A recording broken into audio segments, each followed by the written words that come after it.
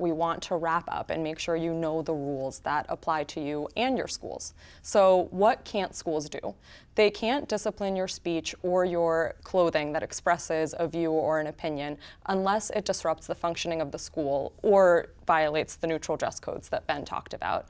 And they also can't discipline your ideas even when they can discipline you for your actions. So look out for those harsher punishments that seem to be motivated for political reasons. And maybe this message should be more directed to the teachers and administrators who may be listening.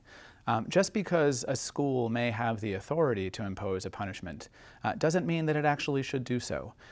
We're trying to teach our children not just about history and math and science, but also about citizenship.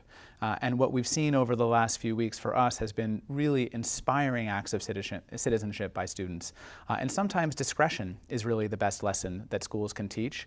And not imposing punishments, even if they're available, seems to me to be the wise course here.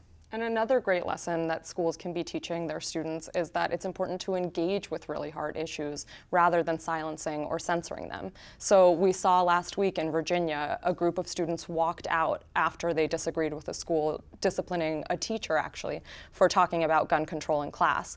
And the school initially was going to punish those students, but it rightly realized that really it should be talking to those students and hearing about their concerns. And that's what it ended up doing. It called them in for a conversation rather than for punishment.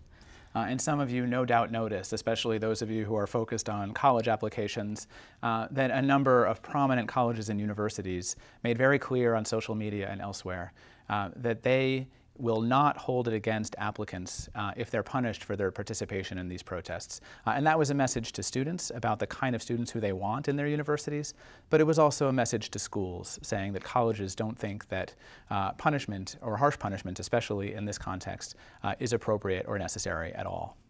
So now that you know your rights, please go out and use them. Find out the rules that apply to you. Speak up and dress up in class.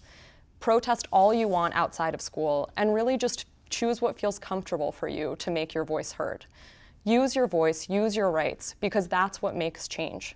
In the words of Margaret Mead, never doubt that a small group of thoughtful, committed citizens can change the world. Indeed, it's the only thing that ever has.